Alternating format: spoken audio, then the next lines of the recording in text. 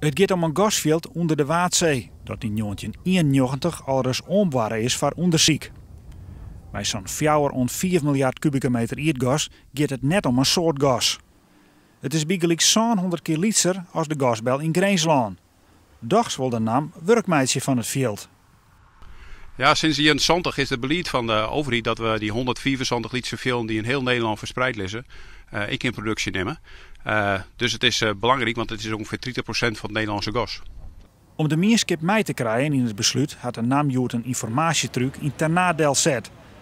Want boeren in de natuur had op orenplakken al vol protest opsmieten. Ja, het leidt op een gevoelig plak onder het water. Dat weten we ik. We hebben natuurlijk ervaring met de discussies die we eerder al hebben rond de boringen rond de Waadzee.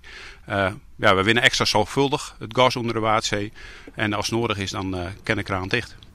De informatietruc loopt aardig wat meesken. Maar de inwoners van Ternat binnen het net al hier met elkaar eens.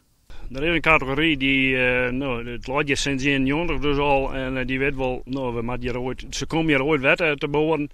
En er is een categorie die had natuurlijk iets van, ja, wat we de laatste tijd in Greens hadden, waar wij je net. Die ben natuurlijk vaak aan het zien. Maar het is net zo dat je massaal er val is gaan. Nee, ook omdat het dwarsbelang zelf is ook daar wat verdeeld in. Dus wij kunnen net zeggen ja of nee. DCS zal de naam het vergunningstraject opstarten. Om later mogelijk het Ternaderveld in productie te nemen.